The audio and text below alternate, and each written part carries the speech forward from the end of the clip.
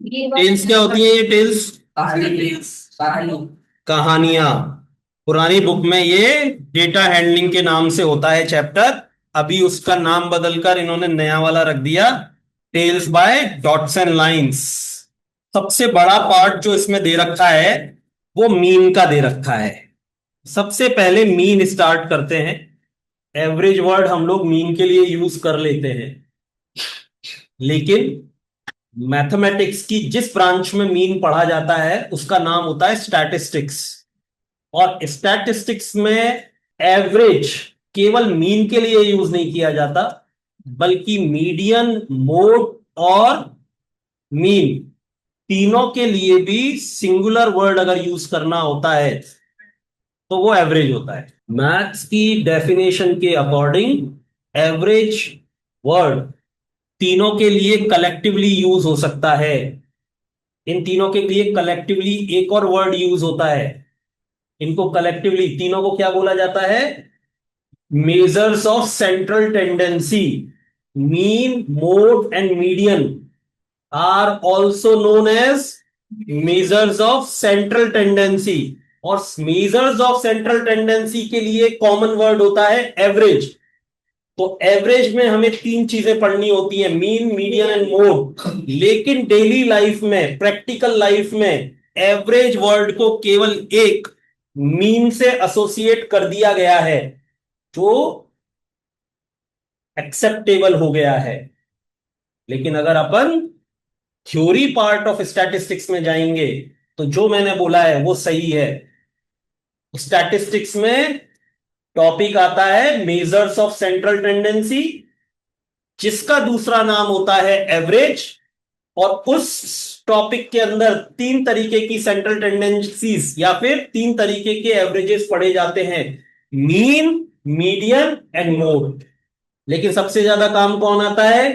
Mean काम आता है। इसलिए एवरेज वर्ड को किसके साथ चिपका दिया गया? मीन के साथ। क्लियर है? ठीक है।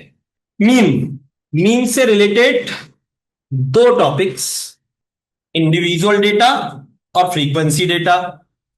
इंडिविजुअल डेटा से रिलेटेड हम अपने मेजर कौन सा है? इंडिविजुअल डेटा है अपने ना।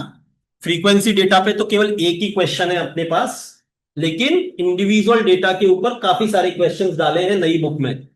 पहला टॉपिक है फाइंडिंग। तो पहला है फाइंडिंग मीन, है ना। दूसरा है इंक्लूजन और एक्सक्लूजन ऑफ डेटा। तीसरा होता है, इसको यहां पे फाइंडिंग मीन लिख लो।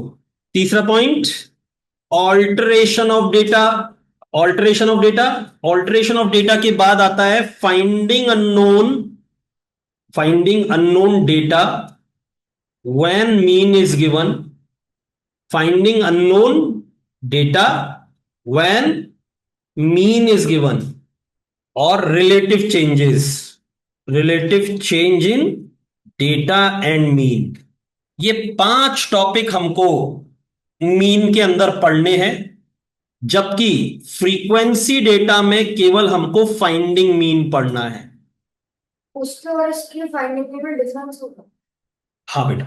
तो सबसे पहले तो यही बात करते हैं कि इंडिविजुअल डेटा क्या होता है और फ्रीक्वेंसी डेटा क्या होता है ना।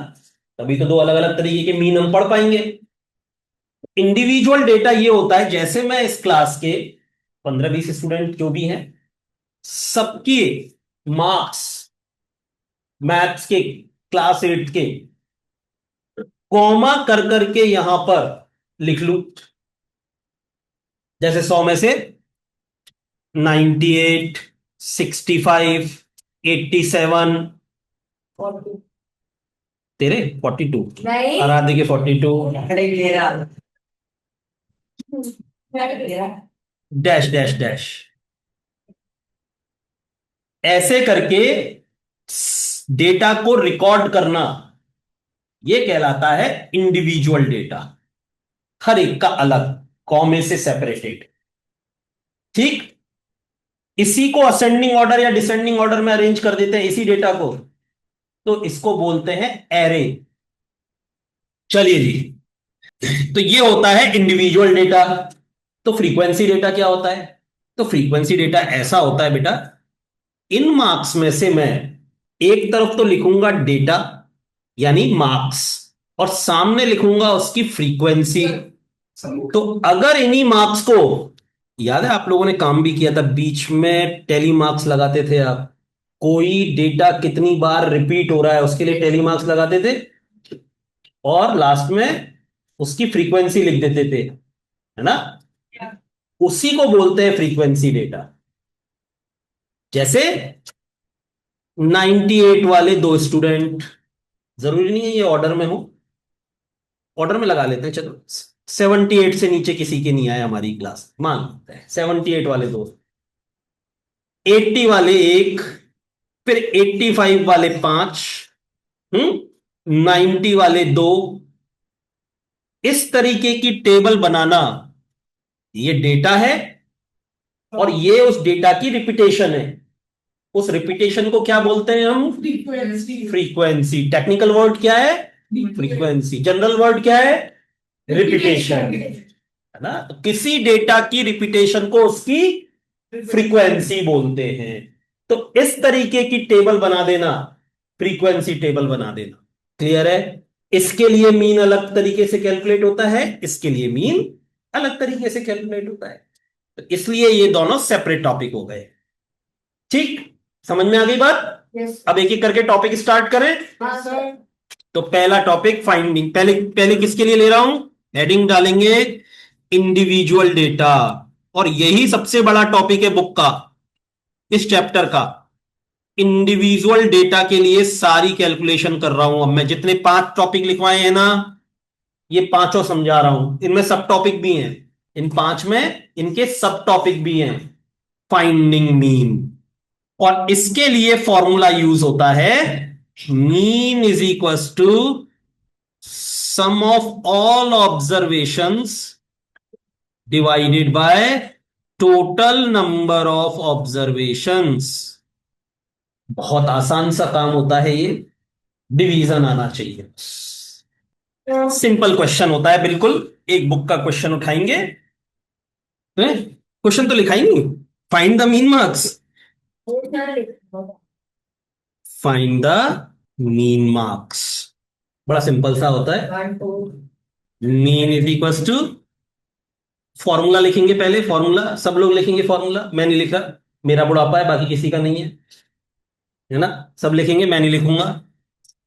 और अगली स्टेप में वैल्यू पुट करेंगे, 12 plus 15 plus 18 divided by number of observation. तो कितने ऑब्जर्वेशन है, इनकी काउंटिंग कितनी है, द्युतिमान गिन के बताएगा। There are 8 observation, 8। ऊपर सम करना है, कोई हेल्प करेगा? 160, 60 तो 16 बोल रहा है, कट बढ़िया से, अपॉन 8। अरे हाँ सर। किसी के मन में ऐसा तो नहीं है इसको काटने की आ रही हो, यहां से इसको 2 से काट दो, इधर इधर 2 से काट दो, क्योंकि एडिशन, जब भी एडिशन सब्ट्रैक्शन परफॉर्म हो रहा है कभी भी कैंसिलेशन नहीं होता है। कैंसिलेशन अब हो सकता है जब न्यूमरेटर एक ही बन चुका है, या इसके साथ कोई मल्टीप्लिकेशन की क्वांटिटी है। सर ये आपने 20 के बाद क्या बताया?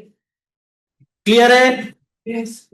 इंपॉर्टेंट चीज ध्यान से सुन लेना, note, if data has a unit of measurement, then mean will also has आएगा, mean will also have same unit।